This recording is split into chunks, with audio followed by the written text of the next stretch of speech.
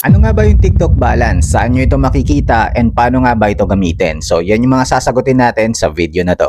First, yung TikTok balance po is isang feature ni TikTok na pwedeng options na doon papasok yung refund po ninyo kapag yung transaction po ninyo is COD. But again, option lang po yun. Depende po yun sa inyo. Kung may bank naman kayo, mas okay. Pero pag TikTok balance, pwede din po yun kung wala na kayong other options na pwedeng paglagyan ng refund po ninyo. Pero once na pinili po kasi ninyo yung TikTok balance, eto yung mga things na dapat nyong consider. Number one po is hindi nyo na po siya mawi-withdraw. Pwede nyo lang po siyang gamitin pang purchase din po dito po sa TikTok mismo. But the good thing is wala naman po siyang expiration. So anytime pwede po ninyo siyang gamitin as long as enough po yung TikTok balance po ninyo to purchase that certain item. Saan nyo naman makikita yung TikTok balance ninyo or kung ano na yung status or kung magkano ba yung balance doon sa TikTok balance po ninyo. So, ipapakita ko din po sa inyo. So, first, punta muna kayo sa shop. And then, dito sa upper portion, makikita nyo yung mga tabs dyan. Scroll to the right lang kayo and then bandang dulo, makikita ninyo yung payment na tab. Once you click that, makikita na ninyo yung TikTok balance. And you can click that para makita mo yung current balance mo. In my case, 0 siya kasi hindi ko po siya pinili for my refund. And ngayon, meron na tayong TikTok balance. Paano naman natin siya gagamitin just in case na magpa-purchase tayo? For example, ito yung ipo-purchase natin and ready na tayo to check out. Ang kailangan lang natin gawin is to scroll down. And then kapag nakita ninyo yung view all options dyan, click nyo po yan. Once you click that, makikita na ninyo yung payment option dyan na TikTok balance. Then choose that option para magamit nyo po yung TikTok balance nyo. I hope this helps and if you want more tips like this,